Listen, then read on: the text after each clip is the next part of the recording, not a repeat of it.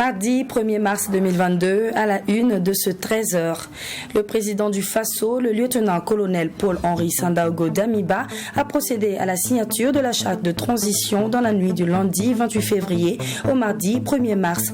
Occasion pour les participants d'apporter, entre autres, des amendements aux propositions faites par la commission technique.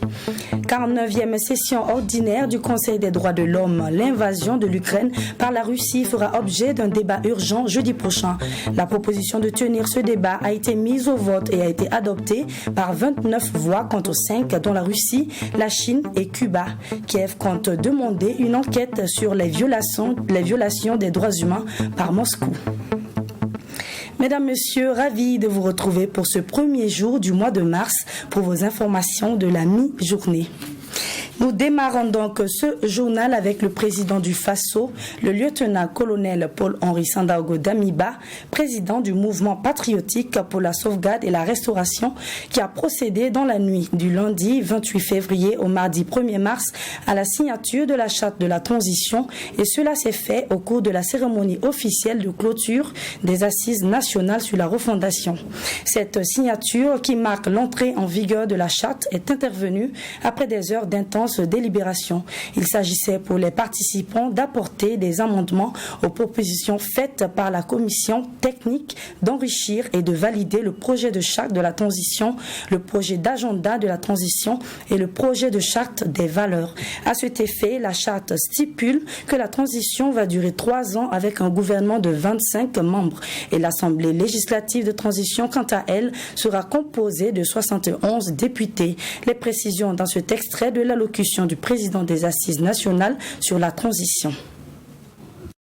Quelques points ont été des points sur lesquels les discussions ont été assez prolongées. C'est le point sur l'inéligibilité des membres des différents organes de la transition. Naturellement, la manière dont les propositions avaient été faites, c'est aussi une rupture qui était proposée. Tous ceux qui ont participé aux organes ne peuvent pas participer aux élections à venir. Naturellement, c'était une très bonne proposition, mais nous avons nos jeunes qui vont apprendre dans ces organes. Fallait-il ne pas leur permettre de poursuivre un peu cette expérience? Le deuxième point, c'était la gratuité des mandats. Il a été convenu que les mandats ne sont pas gratuits comme on le dit, mais les aspects économiques, les aspects de sobriété, tout ce que vous avez vous-même prôné dans vos discours devrait être respecté et encadré, ces différents éléments. Nous avons eu de très longues discussions sur la composition des différents organes de la transition. Les propositions avaient été faites de limiter à 20 ministres. Mais je pense que de façon très majoritaire, les assises ont plafonné le nombre de ministères à 25 au maximum au lieu de 20. Nous avons beaucoup discuté sur l'autorité législative de la transition, le nombre de membres. La proposition de la commission était à 51 membres. Dans les discussions, nous sommes arrivés à relever ce nombre à 71, mais nous avons maintenu les 45 jours pour les différentes sessions. C'était à Ouagadougou ce 24 février 2022 que s'est tenu le séminaire sur la gestion des terres sécurisées en milieu rural au profit des femmes au Burkina Faso. Objectif visé, réfléchir sur les acquis, les défis et les perspectives de cette question qui touche beaucoup plus les femmes en milieu rural. Les conclusions de la fin des travaux qui se sont tenus ce 25 février dans ce reportage signé Fatimata Nikema. Au Burkina Faso, moins de 5% des terres sécurisées appartiennent aux femmes. Une problématique que veut résoudre la fondation Konrad Adenauer. Et pour cela, cette fondation a tenu sur 2 jours ce séminaire sur la gestion des terres sécurisées en milieu rural au profit des femmes au Burkina Faso. Une rencontre du donner et du recevoir qui a connu son épilogue le 25 février dernier avec à la clé le renforcement de capacités des participantes. Et comme elles ont eu les capacités renforcées, elles savent maintenant ce qu'elles doivent faire.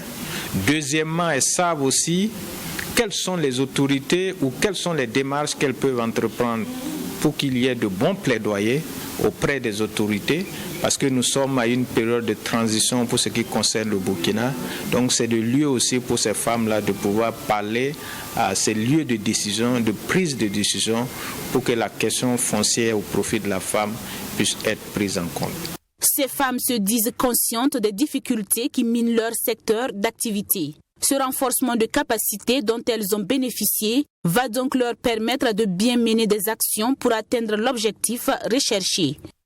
Donc, au sortir d'ici, vraiment, c'est de continuer le travail que nous faisons. Parce que quoi qu'on dise, la question foncière, avant l'intervention de Conrad, on peut dire que c'était un sujet un peu tabou. Aujourd'hui, si nous arrivons à vraiment à parler de ça avec aisance, c'est grâce un peu avec l'accompagnement de la Fondation Conrad.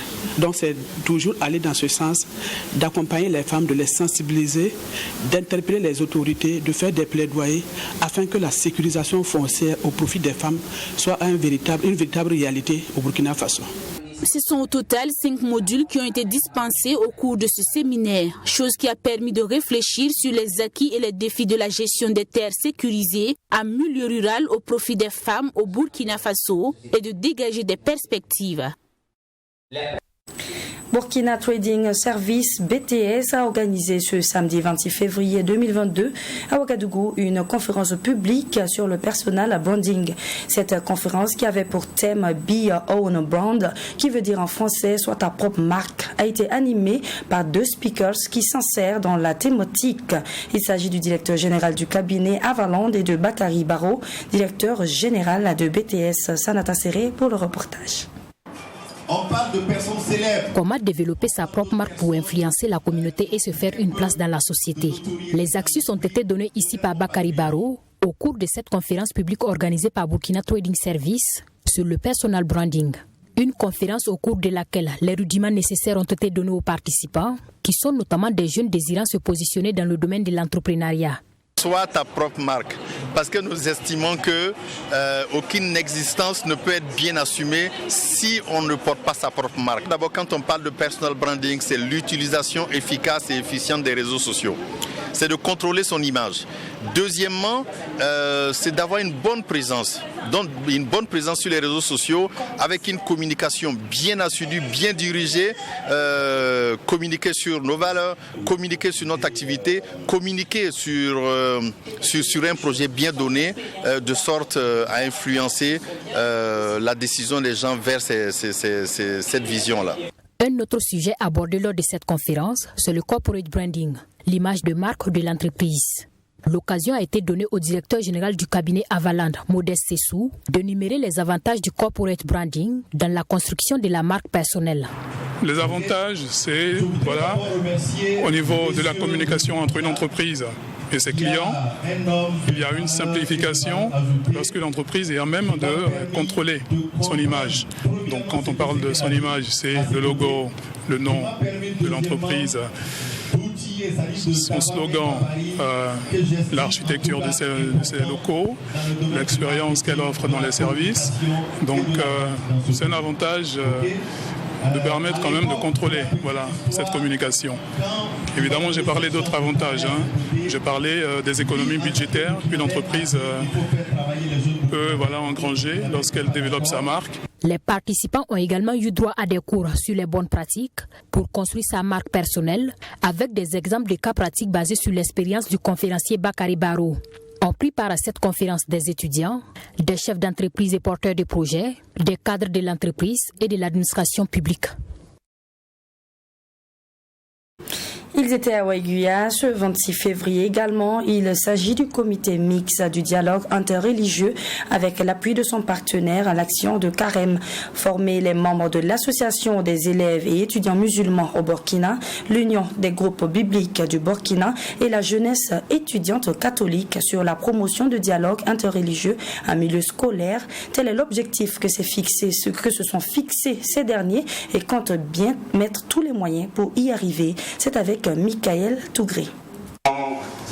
À Waiguia, les membres de l'association des élèves et étudiants musulmans du Burkina, AEMB, l'Union des groupes bibliques du Burkina, UGBB, et la jeunesse estudiantine catholique échangent sur les bonnes pratiques pour la promotion du dialogue interreligieux en milieu scolaire. Abdul Karim Ouedraogo, formateur, va expliquer aux participants qu'au-delà des différences religieuses, chacun doit être un vecteur de cohésion sociale et le dialogue interreligieux s'impose comme une valeur au Burkina Faso pour un bon vivre ensemble. Nous devons avoir le sens du pardon. C'est-à-dire que chaque fois, nous devons penser d'abord au fait que nous sommes humains, nous sommes les enfants d'un même père et d'une même mère, et pour cela, nous devons rester unis dans la famille. Et pour cela, le pardon doit être primordial. Il y a le fait aussi que le dialogue, c'est quoi? C'est parler, c'est causer, c'est discuter ensemble pour voir quels sont les soucis et quels sont les moyens que nous pouvons rassembler ensemble pour pouvoir effectivement partager. Donc il y a le fait qu'il faut avoir un sens de dialogue, de partage et dans la communication. Donc on a partagé cela avec eux. On a aussi partagé le fait que, et au-delà de nos différences, dans la famille, là, il faut qu'on s'accepte. Afin de faire passer le message aux participants, ils sont subdivisés en groupes pour des séances de réflexion. Chaque groupe avec une thématique en lien avec la promotion du dialogue interreligieux. Avec ces enseignements reçus à cette formation, ces représentants des différentes structures religieuses de Waiguia vont être les relais auprès de leurs camarades dans les écoles. Une formation qui satisfait le coordonnateur du comité mixte du dialogue interreligieux. De façon concrète, les objectifs que nous visons là, il s'agit premièrement de former nos militants aux vertus du dialogue interreligieux. Nous voulons proposer des actions concrètes dans le sens de la promotion du dialogue interreligieux et nous voulons également tisser et développer les liens de fraternité entre les militants des différentes religions. Nous avons appris beaucoup de choses. Nous avons appris quelles sont les vertus du dialogue interreligieux. Nous sommes satisfaits aussi de la participation de nos leaders au niveau local. Nous avons fait des restitutions, ce qui a permis vraiment d'arrêter des actions concrètes et les responsables ont promis de retourner dans les sections et de transmettre le message du dialogue interreligieux. Cette formation sur la promotion du dialogue interreligieux en milieu scolaire, telle contribution de l'AEMB, de l'UGBB et de la JET, a été organisée par le comité mixte du dialogue interreligieux avec l'appui de son partenaire, l'action de Carême. En plus de Waiguia, cette formation a également été tenue dans la ville de Tenkodougou. Une formation qui va s'étendre à d'autres villes du Burkina Faso, a expliqué le coordonnateur du comité mixte du dialogue interreligieux, Rufin Sam. Parlons à présent santé et plus précisément le diabète, qui est une maladie chronique qui se caractérise par une forte glycémie, c'est-à-dire un taux de sucre dans le sang au-dessus ou en dessous de la norme. Pour apporter sa contribution dans la lutte contre cette maladie, l'association Moroma Morowele a organisé une campagne de dépistage samedi dernier à Farakan, un quartier de la ville de Bobo-Dioulasso. Pour cette campagne, elle a plutôt ciblé les personnes du 3e âge qui sont les plus sensibles. Joseph Koudougou, notre correspondant sur place. L'augmentation croissante de la prévalence du diabète en Afrique subsaharienne constitue un problème de santé publique. Au Burkina Faso, la situation épidémiologique devient préoccupante. Et c'est dans le souci d'éviter la propagation de cette maladie que l'association Moroma Morowele a initié cette campagne de dépistage au profit des habitants du quartier Farakan de Bobo-Dioulasso. Organiser cette campagne de dépistage répond, n'est-ce pas, à un besoin réel de la population en matière de promotion de santé et en matière aussi de recherche du bien-être de la population de façon générale. Et vous êtes sans savoir que bientôt nous rentrons dans la période de carême, le carême catholique qui commence bientôt. Ensuite, nous allons rentrer en avril dans le mois de carême musulman.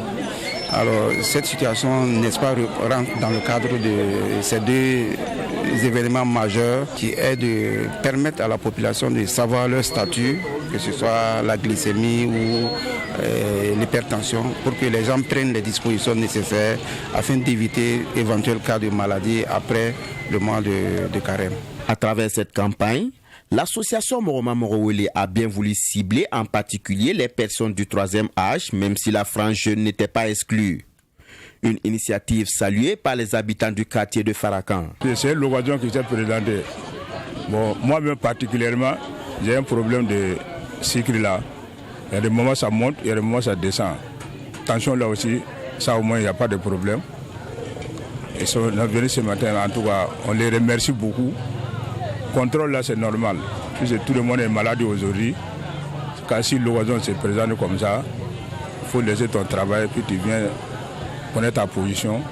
Voilà. Et si tu ne viens pas, tu ne connais pas si c'est monté ou bien ce n'est pas monté. Voilà. Les jours où tu vas tomber malade, en ce moment c'est grave. Nous sommes ravis de votre visite parce qu'habituellement dans le quartier, il n'y a pas de dépistage. À ce stade, le diabète n'est pas une maladie qui fait la différence. Maintenant, c'est propagé. Le diabète et l'hypertension sont partout. Si vous avez donc décidé de nous aider, nous en sommes ravis. L'association Moroma Morowele ne compte pas s'arrêter de si bon chemin. D'autres œuvres sociales sont au programme de cette association structure pour le bonheur de la population de Sia. Le championnat national Ligue 1 l'ONAB a repris ce week-end sur toute l'étendue du territoire national. Un début émaillé par un mouvement d'humeur des arbitres de première division qui ont observé 5 minutes de retard avant le coup de sifflet des différentes rencontres de la 16e journée en vue de demander de meilleures conditions de travail. Assami Touré a suivi le derby bobolais entre le RCB et l'ASFB. Suivons donc son reportage. Mouvement d'humeur de 5 minutes de retard observé également à Bobo Dioulasso au stade Wobi par les arbitres pour ce derby entre l'ASFB et le RCB comme sur l'ensemble des rencontres de la 16e journée avant de débuter la rencontre. Une reprise difficile pour les deux équipes qui entrent difficilement dans le match. La première occasion intervient après 20 minutes de jeu sur cette frappe de Seydou Fan mais qui passe largement à côté. Le RCB réagit par la suite sur cette tentative, mais contrée au dernier moment. Avant la pause, Adama Ouattara chauffe les gants de Moussa Diarra, le portier du RCB, avec cette frappe. En seconde période, sur un travail impeccable de Aboubakar Tilourba, Adama Ouattara, un renard de surface, ouvre la marque à la 69e minute. Bien inspiré, Aboubakar prend de vitesse deux défenseurs qui sont obligés de commettre une faute à l'entrée de la surface de réparation. Inattendu, c'est Valentin Kwaku, le gardien de but qui s'exécute, mais bien suivi par Moussa Diarra. Score final 1-0 pour l'SFB qui tient là sa revanche après avoir perdu au match aller. Bon, gagner le RCB, c'est un plaisir de gagner un grand club. Et comme je l'ai dit, on a préparé pour ça. Voilà, j'ai dit aux garçons, on veut que la victoire. Ils nous ont gagné à l'aller. Et au retour, il fallait que nous, on prenne notre revanche sur eux. Donc ce soir, j'ai dit bravo encore aux garçons. Je pense que ce soir-là, on n'a pas été efficace. À la dernière minute, on a eu une occasion, on n'arrive pas à scorer. Bon, je pense qu'il n'y a pas lieu de s'énerver, de s'en prendre à quelqu'un. Je pense que c'est le football. On va prendre ça avec philosophie et rentrer travailler. Moi, je suis confiant que ça va aller. Et collectivement, vous pensez... bon, je me dis que c'est une reprise. La reprise est difficile aussi. Je pense qu'on va travailler pour pouvoir pallier à ça. Avec ces 3 points de plus, l'ASFB prend une bonne option dans cette seconde phase en vue de quitter la zone de relégation. Actualité hors de chez nous, le Conseil des droits de l'homme a ouvert hier matin les travaux de sa 49e session ordinaire qui se tient en format hybride au Palais des Nations de Genève et cela jusqu'au 1er avril prochain. Dès l'ouverture de cette session, le Conseil a décidé de tenir un débat urgent sur la situation des droits de l'homme en Ukraine résultant de l'agression russe. Ce débat aura lieu au terme d'une rencontre de haut niveau auquel doivent participer jusqu'à mercredi prochain quelques 130 dignitaires. Reportage. Les assauts russes chamboulent l'ouverture de la 49e session du Conseil des droits de l'homme prévue jusqu'au 1er avril à l'ONU à Genève, session à laquelle doivent participer de nombreux ministres, y compris le chef de la diplomatie russe, Sergueï Lavrov, ce mardi. La haute commissaire de l'ONU aux droits humains, Michelle Bachelet, a ouvert la séance sur la souffrance des Ukrainiens. Entre jeudi matin et la nuit dernière, notre bureau a enregistré 406 victimes civiles, dont 102 morts, y compris 7 enfants et 304 blessés. La plupart de ces civils ont été tués par des armes explosives ayant une large zone d'impact, notamment des tirs d'artillerie lourde et des systèmes de roquettes à lanceurs multiples ainsi que des frappes aériennes. Les chiffres réels sont, je le crains, considérablement plus élevés. Le secrétaire général de l'ONU s'en est pris à Vladimir Poutine. Il est revenu notamment sur la fermeture en décembre de l'ONG Mémorial. Les autocrates en particulier savent que les droits humains constituent la plus grande menace pour leur pouvoir. Nier, rejeter, détourner l'attention, ils ne reculent devant rien tandis qu'ils piétinent les libertés et droits fondamentaux. Contraindre la fermeture d'une organisation reconnue de défense des droits de l'homme, grande par son histoire et par ses liens internationaux, n'est pas le signe d'un État fort. C'est le signe d'un État qui craint la puissance des droits humains.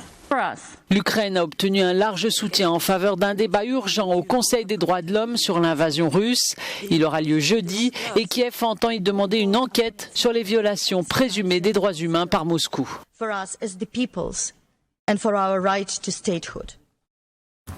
Ici s'achève ce journal. Je vous laisse méditer sur cette pensée en attendant de vous retrouver demain. Lorsque vous décidez de faire confiance à une personne, sachez que vous ne perdez rien. Il n'y a que 2 bénéfices possibles. Soit une personne à vie, soit une leçon à vie. À vous de savoir tirer les leçons de vos échecs pour avancer. Prenez grand soin de vous et à demain.